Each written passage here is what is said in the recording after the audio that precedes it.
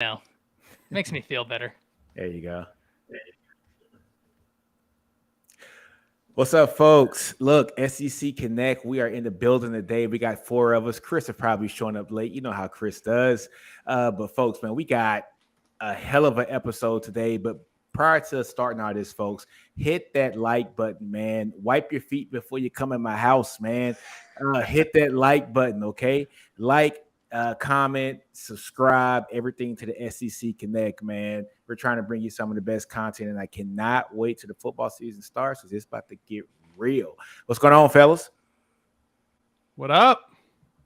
Yes, sir. What's good? What's good? Man, it's been Excited a to jump while. in. Well, first off, folks, Ty just got married a couple weeks ago, man. So if you're on here, hey, just give him a clap and a round of applause for going ahead and making that huge ass step. Yeah. Congratulations, my guy. No longer an available man. All right, man. But look, today's going to be a very quick episode, about an hour. And I know, folks, we talk about the SEC a lot, but folks, we're going to start off with something I think is very huge here for the college football landscape. And that is Colorado going to the Big 12 in the start of the 2024 season. Jay, you brought this up in the chat, so I'm going to let you go ahead and start off with this one, man. All right, I got a video that's actually launching on my channel right now, so you can watch me and actually our boy Preston Gann from the PG Show talk about this too, but we're going to keep talking about it because this is a huge deal. Pete Thamel from ESPN dropped a tweet about an hour and a half ago and said that there was conversations and actual real-life conversations about Colorado looking to move to the Big 12. And what was intriguing about it was they were having a meeting this evening, which is Wednesday night. The Big 12 was to discuss expansion was on the agenda, and Colorado was doing a similar type deal.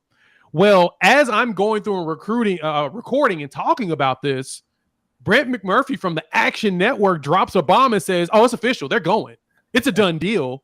They're going to get the $31 million share from the Fox ESPN media deal, and they'll start playing in the Big 12 in 2024. What the heck? I was not prepared for that. That was not. I'm in the middle of a sentence, and I'm just like, what is this? So, guys, we had to talk about it because there's two folds behind it. One, the prime effect of him going to the Big 12 after Oklahoma and Texas leaves, I feel like it's probably a very much underrated thing to talk about, especially with thoughts of how the Big 12 is gonna struggle without with mom and dad basically being there anymore. You know what I'm saying? The pillars of the Big 12 are gone, but I'm curious to what y'all's thoughts on what it's going to look like for the Big 12 going forward, bringing in Coach Prime, and potentially what other schools would they go after if they want to wrap it up and keep it at 14 teams? Ooh, hey, guys, you know what? Look, I want to go with this one, man. I think this is perfect for Colorado. I think this is perfect for the Big 12. Like you say, they get that star-studded name power, with Coach Prime. And then, folks, just look at Colorado. What has Colorado done since they left the Big 12? Nothing.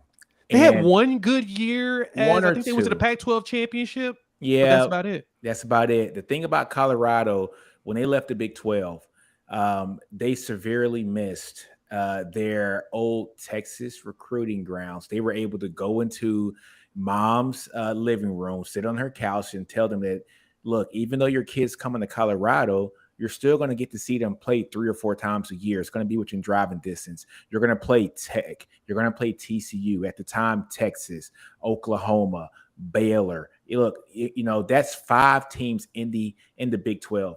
Now you take away Oklahoma and Texas, you add U of H. So you got U of H, TCU, Texas Tech.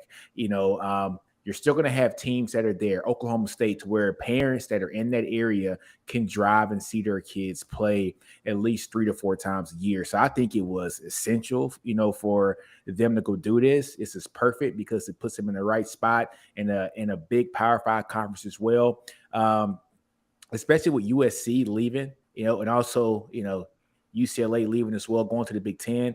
That Pac-12 is going to be dead here, folks, in the next couple of years, and Colorado's looking for their exit plan. No, that's valid. I think go ahead. I'm sorry, Steven. Go ahead. Yeah, I want to jump in real quick. So from a a regional standpoint, Colorado's taken on TCU this year, right? So they're already, even from an out of conference standpoint, that's who they open with. And the ties that they previously had in the Big 12, the prime effect in Texas and in that region. I mean, prime effect is across the country. But the other thing, though, is the indictment on the Pac-12 or wherever it's going. I mean, this is the same conference that was meeting with the CW and Tubi to try to find a partner for games. That this is where these people are at right now, right? And it's more to come with wherever Washington ends up in the Oregons of the world. I think it's a more of a matter of when, not if, for the rest of the Pac-12 conference. I think there's two conversations we need to have here. One that we're absolutely having, and that's what this means for Colorado and why this is a good move. We're all 100% correct, Stephen. I couldn't agree with you more. The Pac-12 is on borrowed time. When they go, I'm not completely sure, but at the same time, I mean, they were negotiating with basically everybody that would listen to them. I'm fairly certain the Oprah network was in play at one point. It's just not good right now. Everybody else has some level of certainty, and they're just playing with money right now. But the other conversation is that the Big 12 didn't do what the Pac 12 is doing. What we're up here getting after the Pac 12 for doing is essentially inaction. They got slapped in the face when two big brands were leaving, and they've sat on their hands ever since and thought everything would come to them. That's not how this is going. The Big 12 heard that two of the top brands, not in their league, in all of college football, were leaving their conference, and they didn't sit on their hands and say, what comes next? They went out and got four teams. Now, the four teams they got didn't make up for the loss of Texas and OU, but it was the fact that they were showing everybody we're not going to sit around and be complacent. Now they get a Colorado, which I think is a great move. We ask another team that would come in. I've said this before. I've said this to Jay multiple times. I would love for Utah to join the Big 12. You get the BYU-Utah rivalry at the Power 5 level. I just think that'd be fantastic, and it'd replace a rivalry in Texas-Oklahoma. So from a monetary standpoint, you would get that as well. But I just think that good for Colorado, good for the Big 12 for not sitting on their hands and being passive. Yeah, man, exactly, man. Look, there's a comment here from Steve. So Stephen Houston said, so Colorado leaving the Big 12 for the Pac-12 was the worst move in realignment history. It never made any sense. Yeah. That is true. It made no sense at all. You know what's funny? You know what's funny with that comment? And it's gonna be weird for me to say this, but that I agree with. Nebraska leaving actually made a lot more sense than as I think about it because of location and proximity. Now, the problem for Nebraska is that their pipeline was Texas, and you lose that once you go up north, specifically because you're never playing in Texas again. And the kids that you're probably going to lure away from a Oklahoma, a Texas, an A&M, a Houston, they're not going to be kids that would want to be away from home that far a lot. Like your top tier players are probably going to stay local. They're going to stay between those teams or at LSU or maybe at Alabama, something in that realm because they want to play, higher end football. But Nebraska going north made sense. But the problem is they just never could figure out their recruiting anymore. It just went bad. But Colorado, I think the move when it comes to recruiting is when you lose USC and UCLA, you lose the opportunity to really play in front of a lot of premier athletes in California. I mean, you still got Cal, you still got Stanford, but that's not really what you're going to get compared to a USC and UCLA. You see what I'm saying?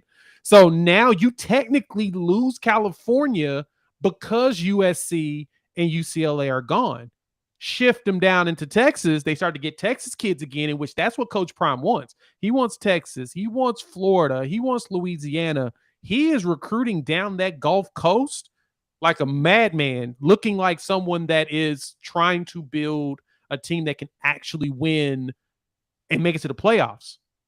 This is huge for them, but it's funny because I think about that with Nebraska and how bad of a move we really thought it was. But at the same time, logistically, it made sense. I think with Nebraska, too, another piece to that was they were such a big global brand at that point still that I thought they would at least go the route of still being able to recruit those big Midwestern offensive linemen, kind of get up to times offensively. We know what they were doing with their option attack back then, and college football kind of evolved. But they weren't even able to recruit the trenches the way Iowa has and Notre Dame was able to continue to do. So they even fell out of touch there. Once you fall out of touch completely, and then you start having coaching turnover over and over, I mean, that's just doom and gloom for your program.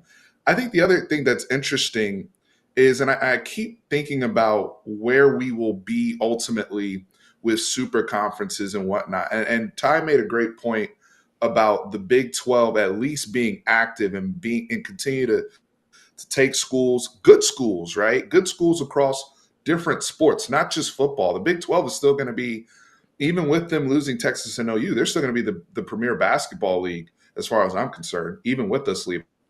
So they've taken some really, really good programs and made themselves something. Do they go and attack some of these Arizona schools?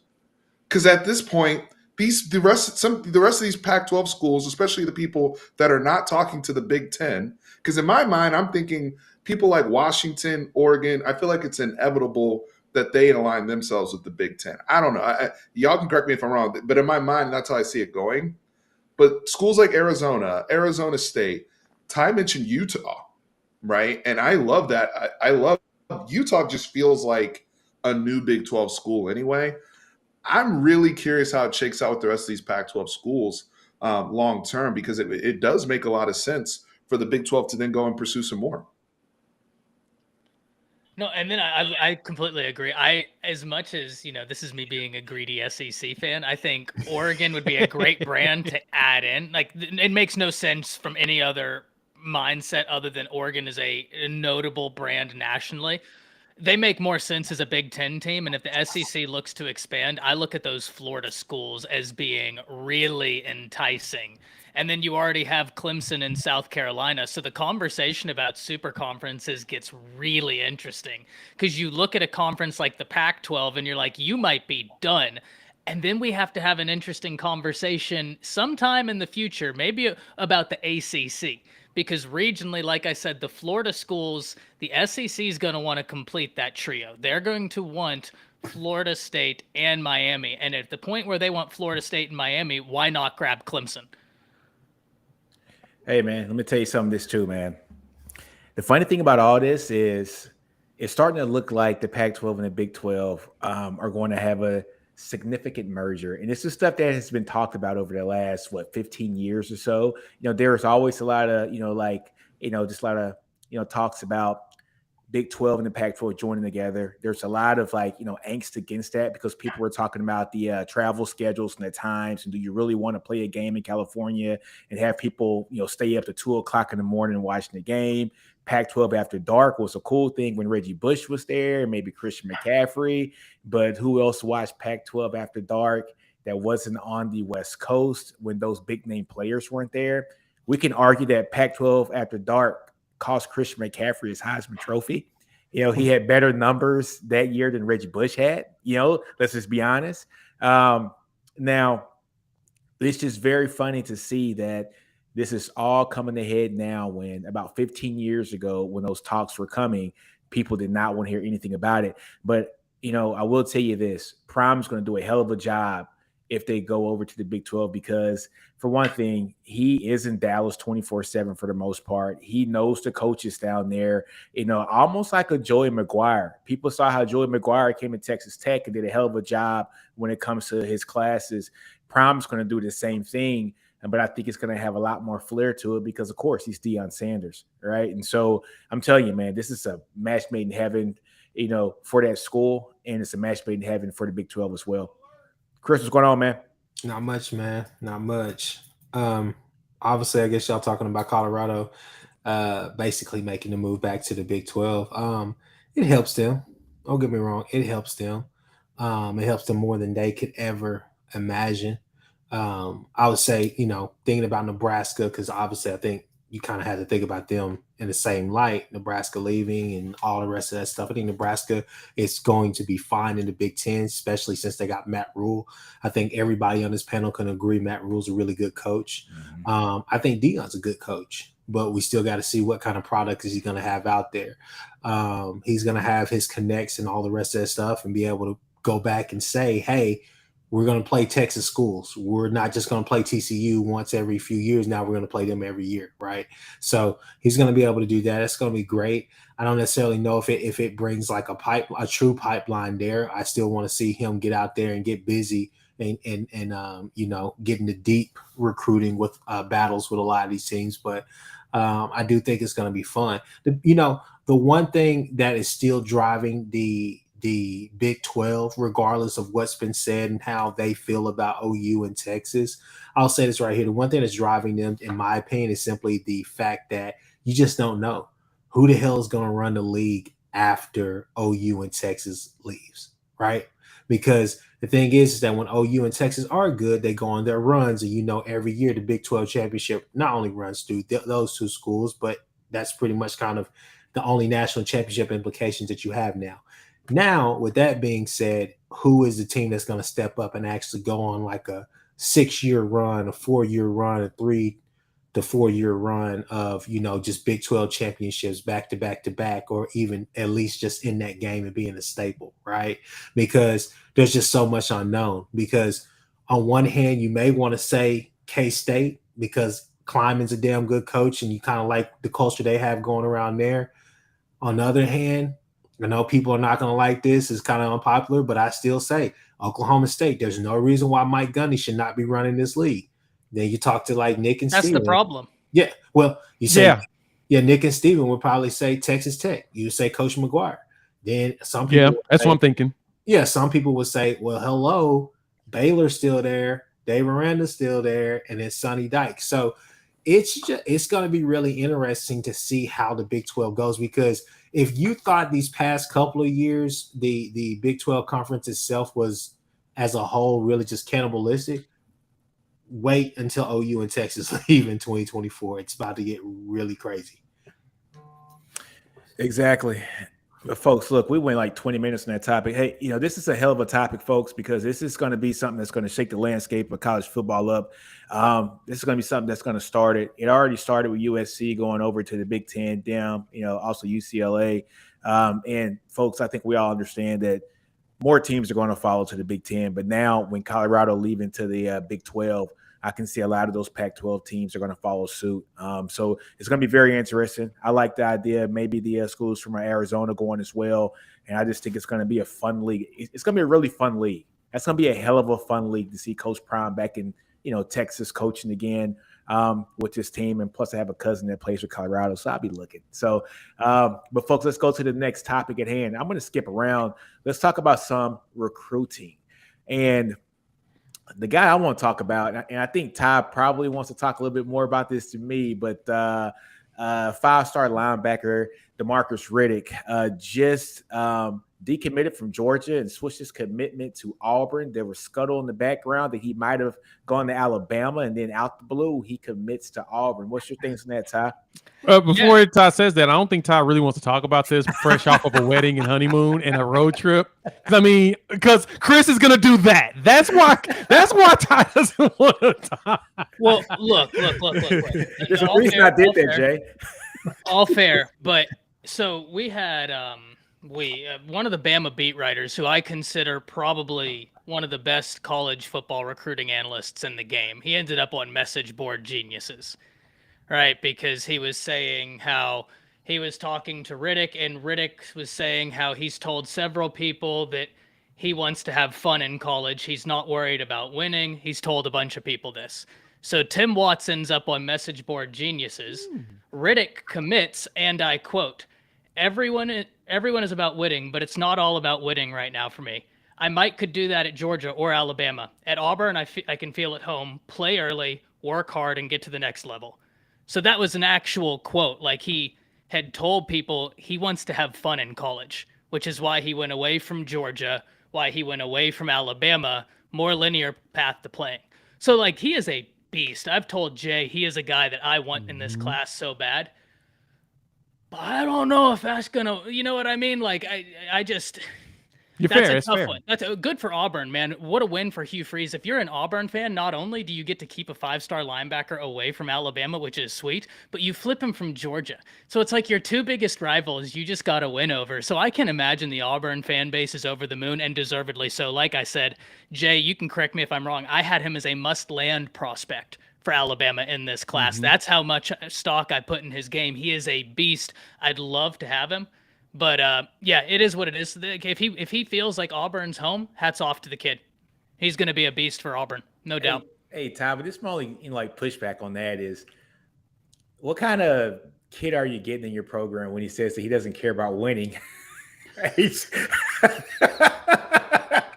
mean, like, think about that. You know, like, think if Bryce Young was like, yeah, I don't want to go to Alabama. I don't care about winning. I'm going to go play at Troy, Alabama. Right? I mean, it just doesn't sound right to me, right? I think his intention was like winning. I'd rather have the impact of like being someone who is a keystone and turning this around. But like, no, the winning isn't everything. Was just like, yeah, that's it's the only cool, thing. man. But like, yeah, damn. Yeah, so look, good for Auburn. Good win. He is going to be a problem, man. He's so talented. He's so gifted. And Georgia, I mean, they get Justin Williams.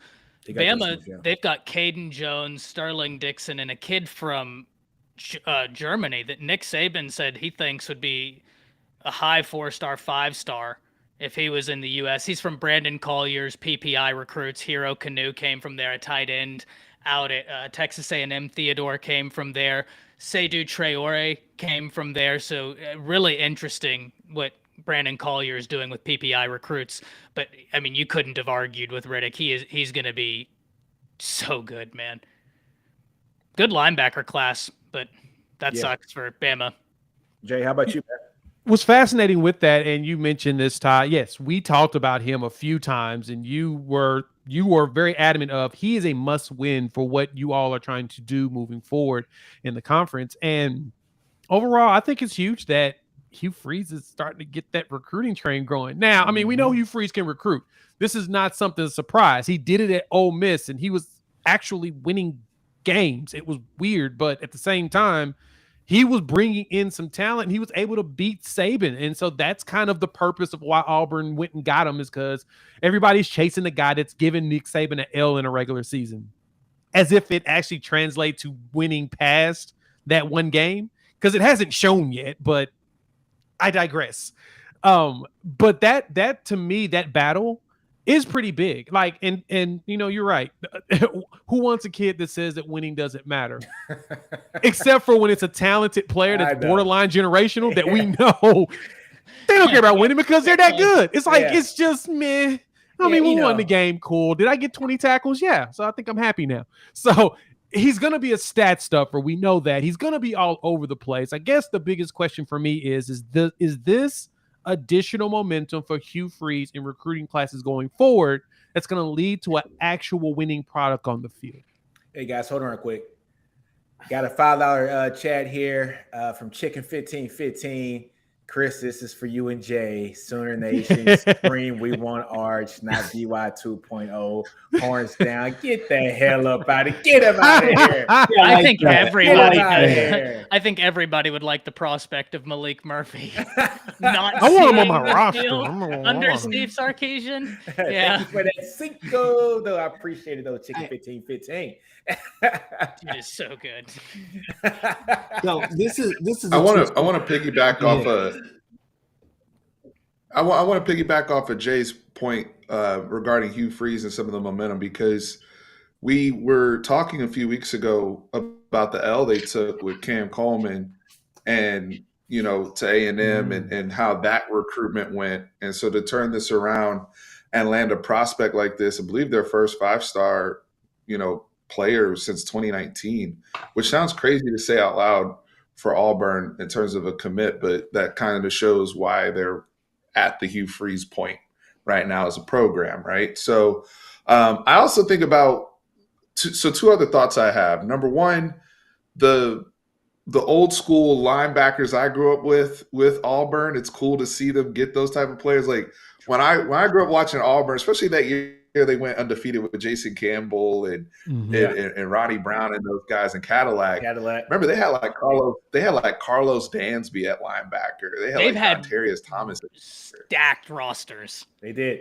They have. Dude, when you go back and look at those linebacker cores they had, it was insane what they used to get. So to see them get back to that. Now the winning comment about I don't care about winning. The boy just being honest, okay? And here's the reality. As we have more access to athletes in a podcast, you don't look, a lot of people aren't going to like it. I get it. I totally get it. However, and I'm making an analogy real quick, Pat Beverly on his podcast made it very clear 50% of the players in the NBA don't love basketball. So they just there to get checks. They're just there to get 50%, right? And so in football, I know that's the case. It might be worse, especially when you think about what football gives kids or the aspect of I'm just trying to get to the league. I need to get on the field, and coaches realizing, all right, I might need some mercenaries to come in here to fill a role where it's mutually beneficial. I'm trying to win. They're trying to get to the league. They got to play well.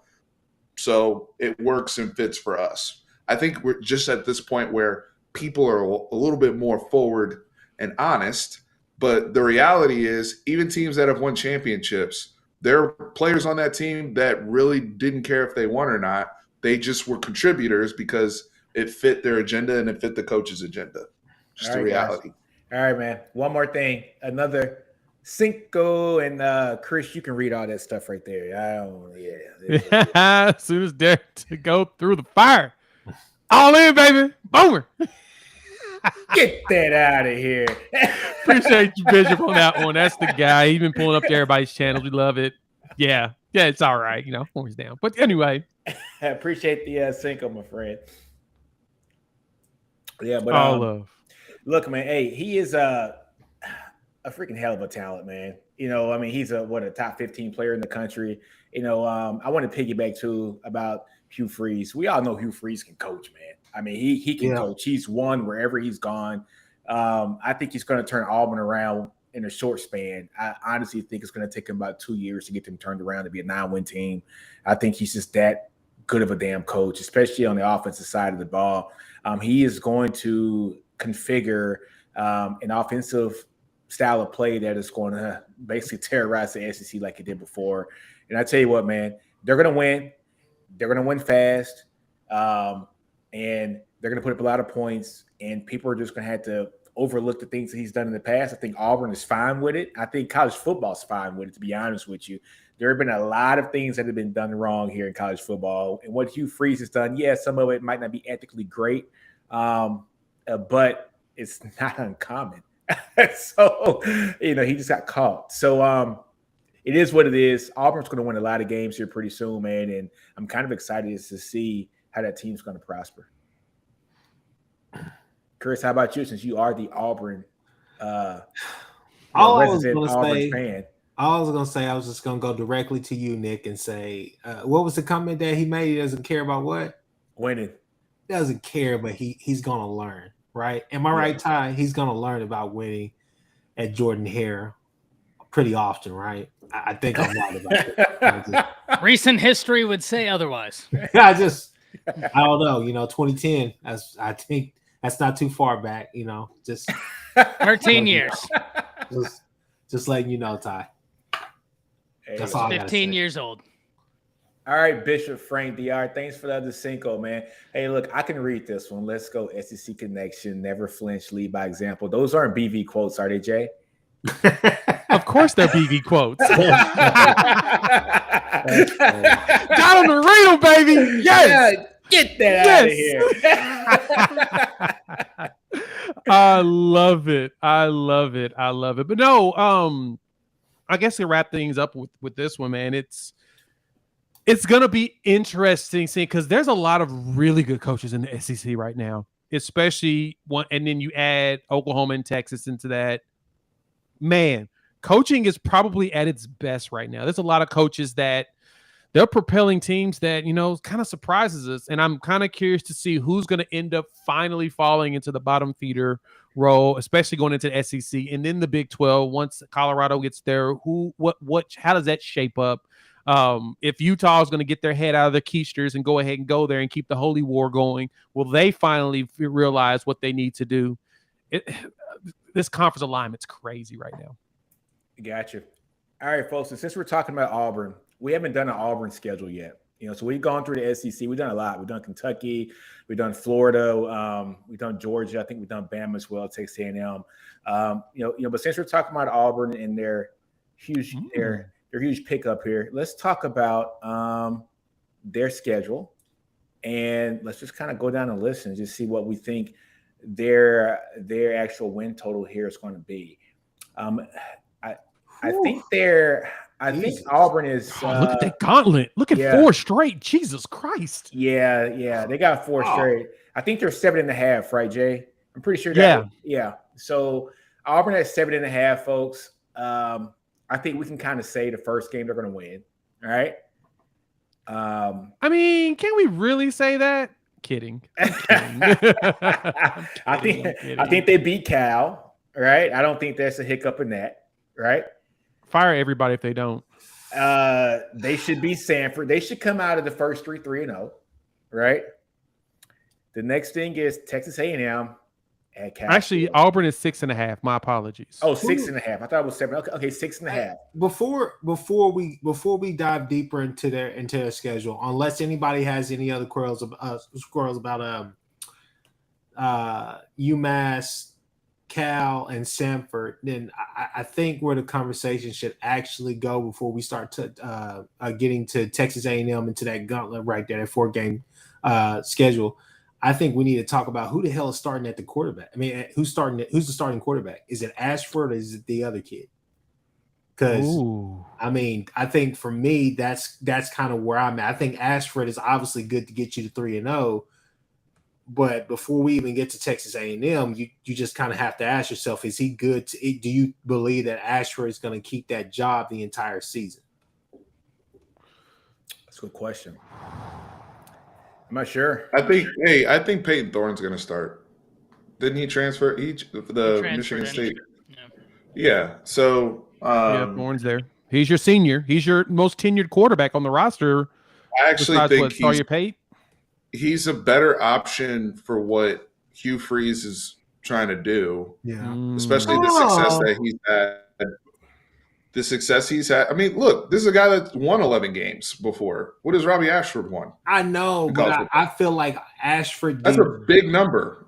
I feel like Ashford he's a weapon out there with his legs too. I think he's a guy. I'm not saying that he's just crazy dual threat or whatever, but I think he's a gutsy guy that can get the job done. And I think he's talented. I think he's probably your most talented quarterback, maybe your most talented quarterback on the roster right now. He's also a redshirt sophomore. Yeah, so technically, you can let Thorne play and then bring Robbie up to speed to the playbook and toss him out there for this season and next season. I mean, if you go back to their spring game, I don't know if y'all watched their spring game a whole bunch, but I mean, don't get me wrong, it was raining, but nobody looked good. What'd you say? It was a monsoon out there in their spring game, but Robbie's not there yet as a passer. I mean, you think about like when Hugh Freeze was at Ole Miss and Chad Kelly, and you think about Chad Kelly, yes, he was dual threat, but his ability to push the football down the field and leverage his weapons. Peyton Thorne did that 2 years ago at Michigan State. I mean, he put up almost 30 touchdown passes at a high level. And last year, they were obviously one of the biggest disappointments, but they regressed. His touchdown interception ratio was still pretty decent at Michigan State. Oh, my God. That's who you're talking about? Yeah. Steven. Hey, somebody mute Steven, please, because I'm not about to sit here and argue with him. Why? No, because what you're spewing is ignorance, Chris. All right. You're lobbying for Robbie Ashford, who hasn't shown anything. What has Robbie Ashford done? I'm not going to deny that fact. I'm just saying talent alone. All right? Talent alone. I'm going with Robbie Ashford. So if Robbie I mean, Ashford was at Michigan State the last 2 seen. years, he would have started. You said what? If Robbie Ashford was at Michigan State, he would have started. You know, you want to know? You know what? That's hard to say. That's such a different dynamic. But let's be real. Come on, bro. Even during that season, what did Peyton Thorne do that was so amazing to you? Even during that season, I'm going off of last season. I'm gonna be more recent about his performances. I'm not impressed with Peyton. Okay, last year he still was 19 touchdowns, 10 picks or something like that. I don't know his numbers off the top of my head. He ranks 5th in Michigan State career total touchdowns, 5th in career total yards, 4th in career passing touchdowns, and 3rd in single season passing yards, which is kind of wild considering how much he didn't play. Ty, let's be honest. You could probably go out there and put up the same numbers. It's really got. I think I would impress you with my ability to disappoint you, but that's neither here nor there. You know what? Auburn doesn't. Hugh Freeze doesn't bring in a guy like that if he doesn't want him to play, and you don't stack the room with talent that has those kind of numbers to not come in and play. Otherwise, Peyton Thorne could have gone to a whole lot more schools in the country and been guaranteed a starting job off top. And so I'm kind of with Steven on this one, because I think me and Steven talked about this a couple of weeks ago when I was traveling down to Alabama. It's Peyton Thorne's job to lose.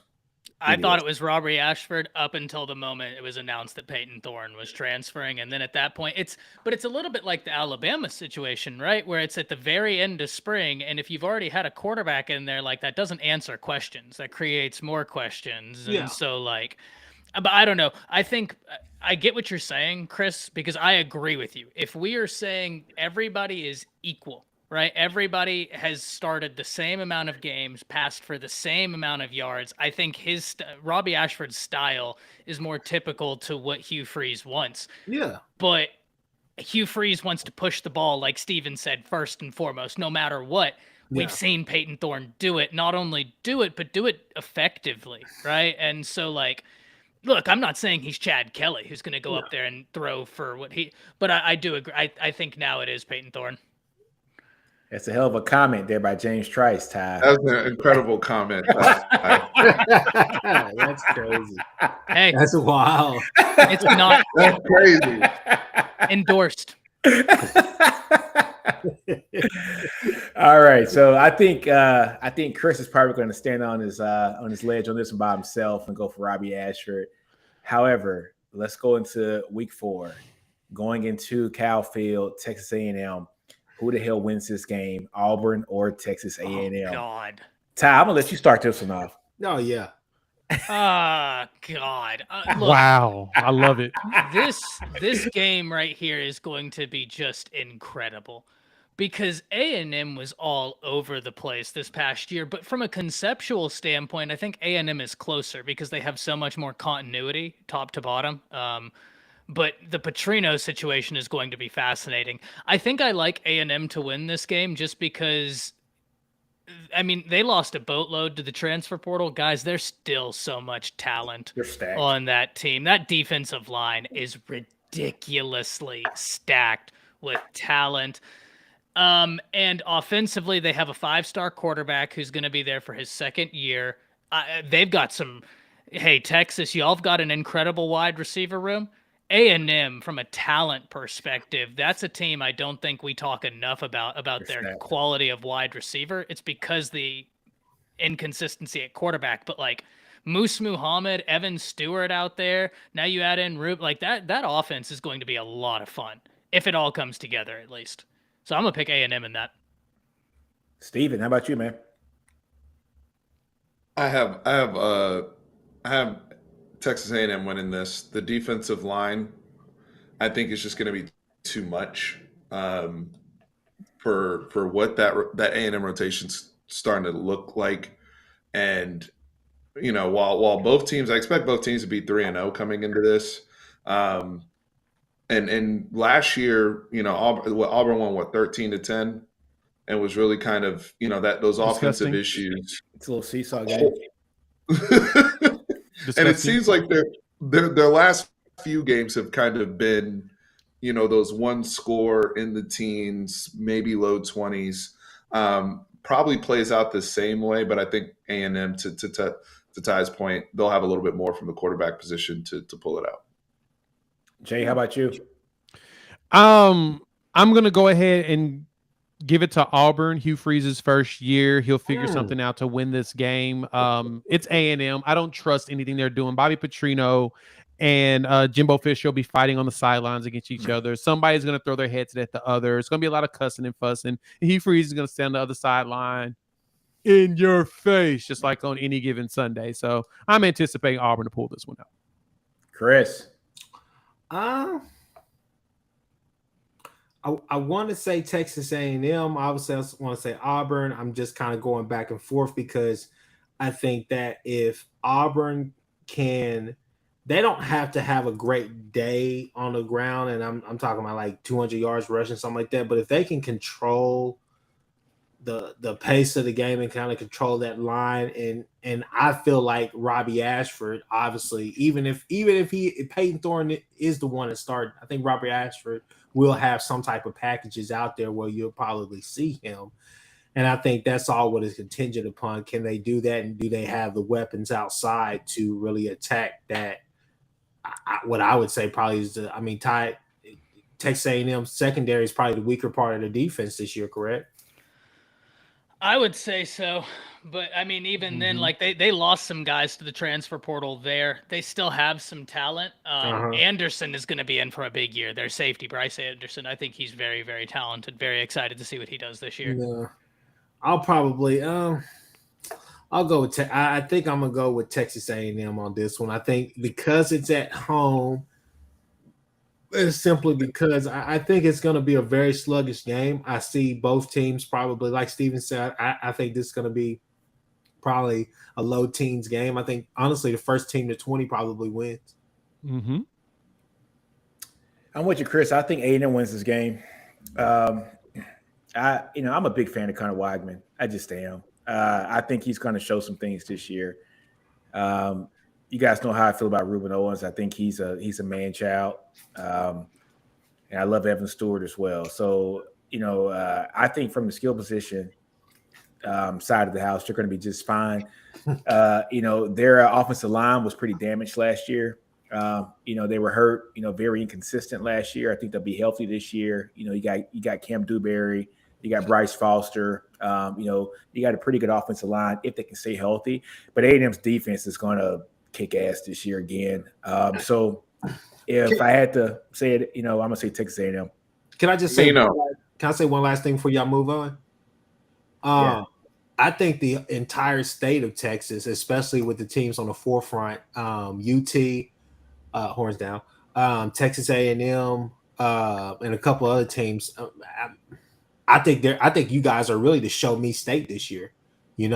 As much as we talk about Texas going out there and actually, hey, you guys say you're going 11-1, 12-0, or you're going to win a Big 12 championship, this and that. Show us. Stop talking about it. You've been saying that. I don't see the Texas Longhorns on this Auburn schedule. I could be wrong. But I say that because Texas A&M, I feel they're in the same position. I mean, hell. So is Oklahoma not in that position, Chris? I'm not trying to disrespect you right now. You'll know when I am. All I'm saying you went out of your way to make a comment. All I'm saying is that we sit here and we say, and last time I was on the show, okay, there was a lot of Texas fans who was like, you know what? I can agree with Chris. We're in the show me state. That's all I'm saying. I'm saying Texas A&M is in the same way, in the same shape, simply because Nick just went down their entire roster and named all these 5-star and all this incredible talent, and we haven't seen diddly squat since 2020, the COVID year. So, Texas A&M is in a show me state. You got to show me before I actually believe it. I'm only giving them the wins. What does that mean? Define show me. Define what show me means, Chris. What does that mean? Does that mean 8 wins? Does that mean 10 wins? What does that mean? Texas A&M? Yes. 8. I said 8. Nah, I think it's 10 wins or above. Show me is that. With all that talent that you have on that roster and what you've been able to do in recruiting, I mean, and a lot of people think that Jimbo is a top tier coach. So in my opinion, why not aim for 10 games? I'm gonna say 8 this year, and I think next year is their true year. That's when everybody's going to be seasoned, primed, and ready. You're going to have Weigman being a junior, Evan Stewart being a junior, all those offensive linemen being juniors as well. I think that's the year. I think they're going to shine this in 24. If I agree. If the coaching matches the player's potential, that's a big if, and that's what we've been talking about for the past couple months, right? If that coaching can match the talent that they've recruited. So I got 24 as being their year, talent wise and coaching wise. But I think this year they can pull off 8 wins if they do this thing right. And if they look confident under Bobby Petrino, well, let me say this, because we'll know in the first 3 games if Bobby Petrino is allowed to participate or not, or if it's if Bobby Petrino is allowed to participate, and they look more like they're in 2023 offensively, then I believe 8 or 9 wins is good enough for them this year with kind of the turnover and all the crap that they went through last year for 2020 to set up 2024. Whereas Texas set it for this year, honestly. Like that's why I'm saying they're at different levels of expectation, in my opinion, especially with how their schedules look. With the way Texas schedule looks, expectations are totally different from the way A&M schedule looks, trying to decide whether or not they want Bobby Petrino to be a part of it or not.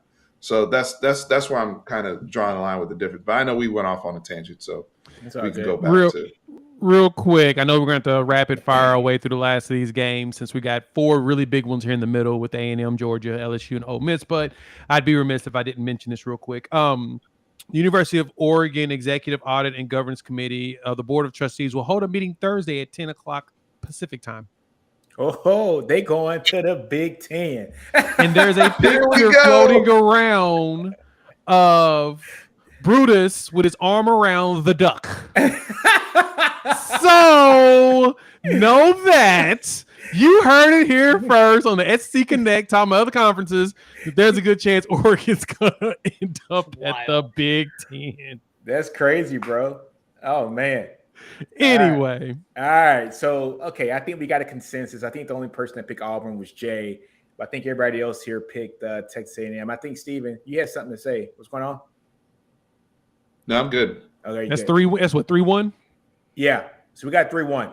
Next is Georgia. I don't even think we need to talk about that one. 3-2. They lost. That's good. I had already filled in the chart for y'all, and I wasn't going to change any of your answers. So they were going to lose that game regardless. Ty said, "You're not going." Hey, I filled in y'all's pick for the next game as well. If that. Okay, so can we skip down to Ole Miss? Okay, yeah. Let's go to Ole Miss because I got LSU winning it too. Yeah, I don't think they're beating LSU. And I didn't fill anything in. Stranger things have happened, though. One thing I will say, they have a bye week. Low-key rivalry right there. They have a bye week, and they're going into LSU. I don't know who LSU plays prior to this game, but they're going to be well-rested. I think if Georgia puts a stomping on them, they're not going to play all their players, and they might give LSU a run for their money, but I got LSU winning the game, though. Ole Miss. Fun. LSU travels to Missouri the week before, so they'll probably demolish the Tigers. Yeah, it's going to be okay. Yeah. In Tiger Stadium? Yeah. And that's going to be a night game? It's done. Yeah, it's done. It's done. All right. Ole Miss. This is fun. Chris, how about you? Let's start off with you on this one. Ole Miss, and that was at home? Yeah, it's at home. I am going to give that to Auburn simply because I have a feeling that a certain somebody that we're all familiar with from the Big 12 will be starting at quarterback. And I am not a fan. And I there's no way. No, to be honest with you, I think Ole Miss could be one of the surprise teams in the SEC this year. Don't get me wrong. Do I have my reservations about Spencer Sanders? Hell yes, I do. Hell yes. That's no doubt about that. But at the same time, I think that that's going to be one of the more underrated quarterback rooms simply because they have some talented guys there that at times can get the job done. Jackson Dart may be a little bit more underwhelming than what you thought he would be with Kiffin. Spencer Sanders, at times he could be a bit electric, and then more times than none he could be inconsistent. But they have talent in that room, and I'm forgetting about there's one more quarterback that they have there as well. For all of, I mean, Ty could tell you better than I can. I mean, Golden is there, and I think that this is going to be a great opportunity for him to kind of have his thumbprint on that defense and be able to just say, hey, look, this is me. This is me. This is my defense. I'm doing this. I have free range, free control. They could be one of the better teams in the SEC this year, but I'm still going to get this to Auburn simply because I'm just not sure. I don't know if Kiffin is sure what he has at quarterback right now. Jay, how about you? Chris is spot on with this one. What's the quarterback situation look like at Ole Miss? I think that's the one thing that has made things a little difficult for me in the SEC and really picking a team. Like why I'm leaning really heavy with LSU this year, because they're the only ones really returning their last starting quarterback that's been there really doing it, and the same coordinators and everything. There's been so much change with SEC schools this year, so it's really tough to figure it out. And Ole Miss ain't got a quarterback. If they start Spencer Sanders after getting Jackson Dart, which looks like Jackson Dart isn't as good as we hoped him to be, it's going to be very telling because they have, 4 quarterbacks now, which means they have no quarterbacks right now.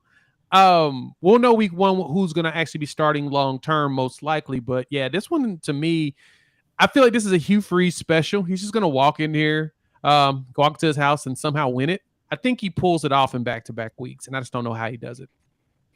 Steven. Hugh Freeze Bowl, right? This one right here. Yeah. A little revenge game. So I actually think I'm going to pick Auburn on this one. I think Hugh Freeze is going to get one of these. And I think Ole Miss is the best opportunity for him to get one going against his former school.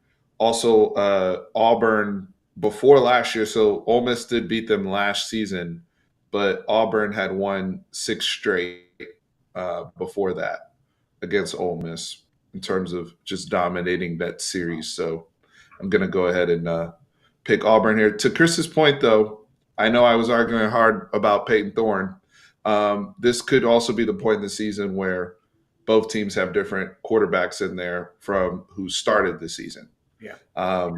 Especially going through gauntlets like especially like Auburn will go through. I could see them playing multiple quarterbacks. We can definitely see Ole Miss playing multiple quarterbacks. Ty, how about you, man? So I think this is really interesting because as much as we have a question about the quarterbacks, which really I think we can extend to both sides, there's one thing Ole Miss has.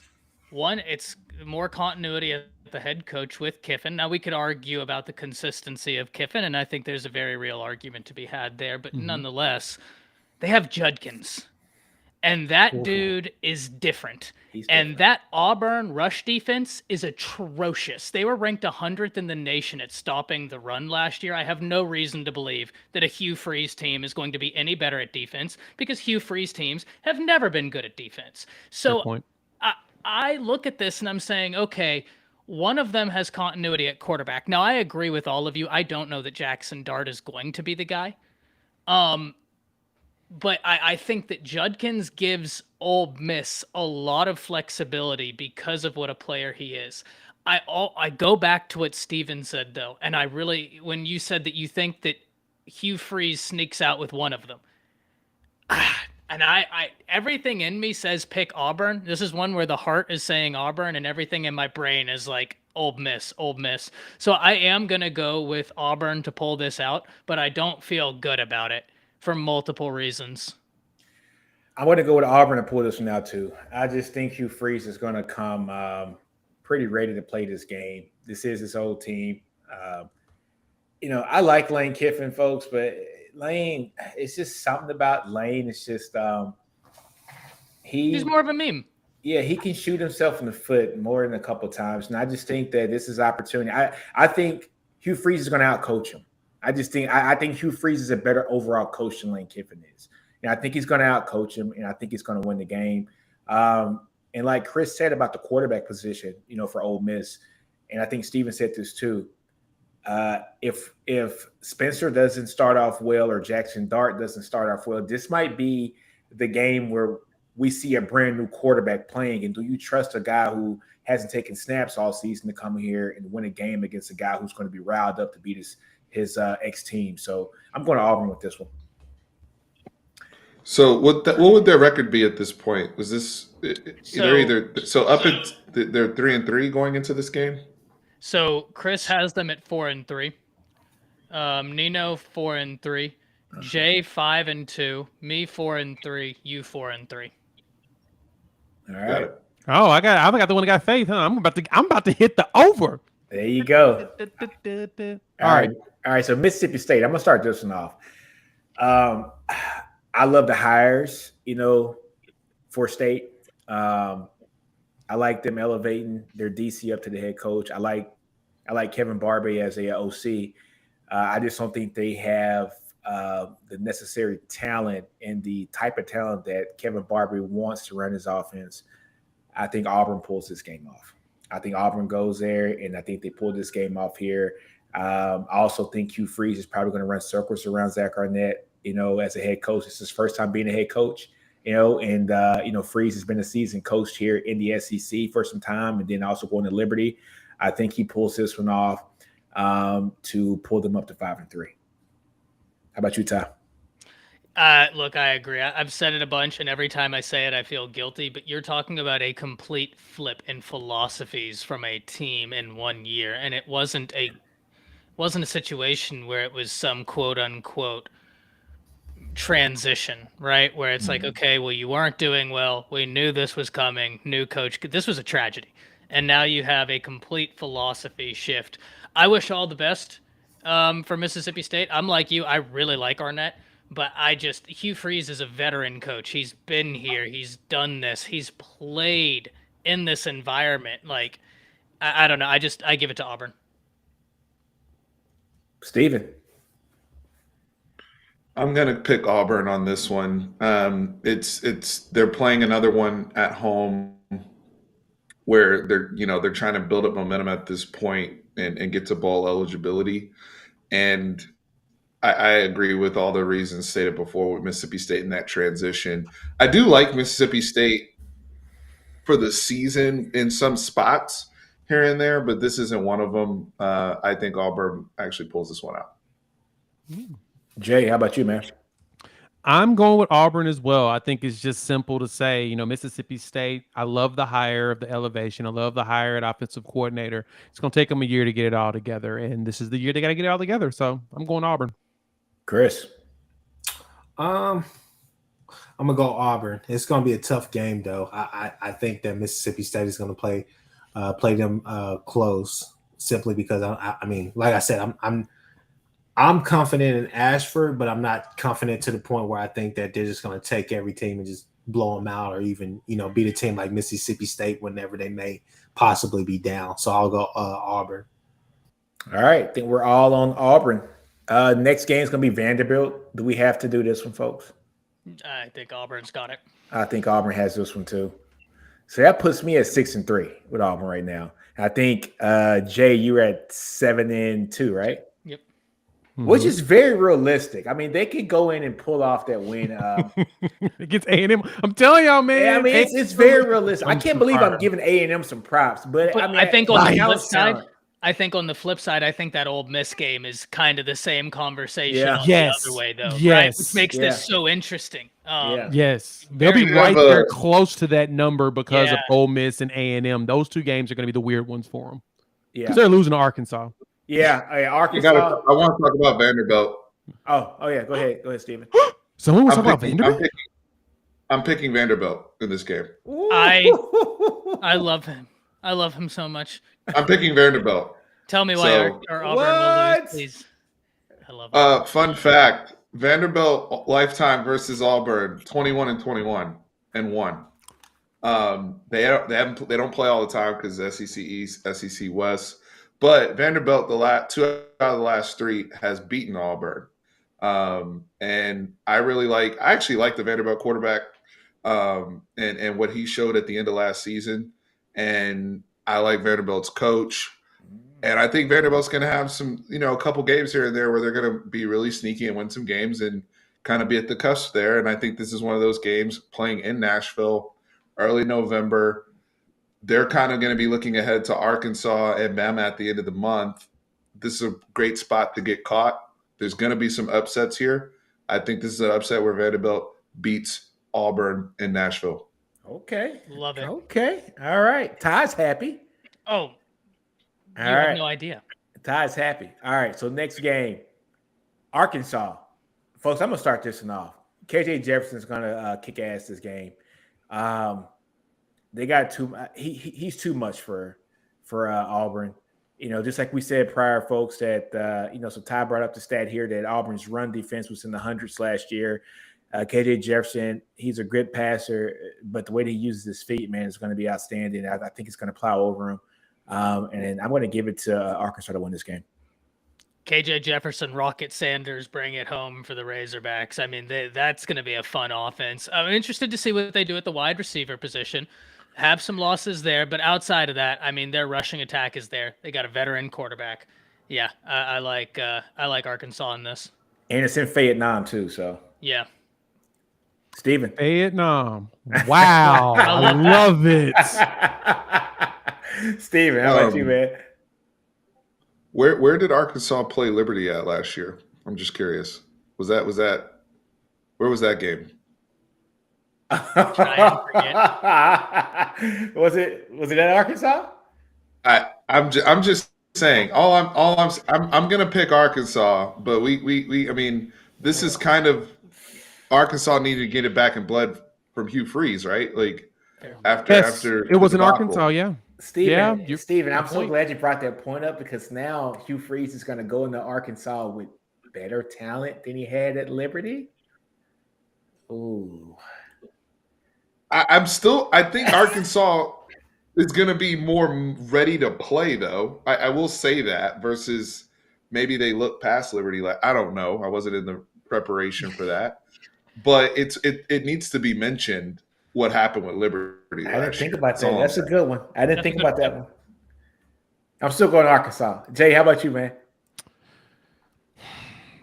The Liberty game concerns me, especially walking in with better talent. But we had this conversation. We talked about the Arkansas schedule and how Arkansas really has a beeline to 10 wins this season, basically saving Sam Pittman's job. This is one of those games that he has to win. He has to seal the deal here with Hugh Freeze being a first-time coach and him having a veteran presence of setup there. Yeah, now the Kendall Browse loss, it's probably going to show. It's going to probably show its head at some capacity this season. But overall, I think Arkansas does enough with KJ Jefferson and wins this game. Chris, I second exactly what Jay just said. I just don't see how how Auburn goes into Arkansas and gets that win. I think this will be one of those games where it'll be a grinded out game. I think this will be. I mean, depending on the season, this could either be a SEC Network Plus game, or this could be a pretty much a 2:30 game right there in that window on that given Saturday. So definitely, I'll go with Arkansas on that. All right. So I think we're all in agreement on that one. Next game. Okay, we're not going to talk about them. The Mexico State. I mean, come on. I think we know who's going to win that one. I got Auburn winning this one. And then the last one's Alabama. I mean, do we need to talk about What's Alabama? their record? What's their record heading All right, what into we the doing, game? man? What we doing, Ty? Look, it's Steven, in hold Jordan, on. What we doing, Ty? It's in Jordan Hare. Hugh Freeze has had Nick Saban's number with that offense. I think I'm going to pick Alabama to win it because I just don't think Auburn's in the place yet to do it. But you cannot overlook Auburn and Hugh Freeze. He's a really creative play caller. I think a few things help Alabama in this circumstance. One, the running back room. And Tommy Rees is offensive coordinator with the offensive line. They're going to pound the ball against Auburn. I mean, they're just going to make it bloody. Two, you already heard Dallas Turner talking about how the attitude on this team is different, and he felt like Joyless Murder Ball was back. And that was something that was great to hear him say, that he felt like Joyless Murder Ball was back at Alabama. And then finally, I think that that's not a team Bama's going to overlook this year. Bama was one of the most penalized teams in the country last year, uncharacteristically undisciplined, and I just don't think that's going to be the case this year. So I got Alabama in the game. Okay, so first off, not so fast, my friend. Let me draw your attention to me. First off, let's just put it like this right here. I went to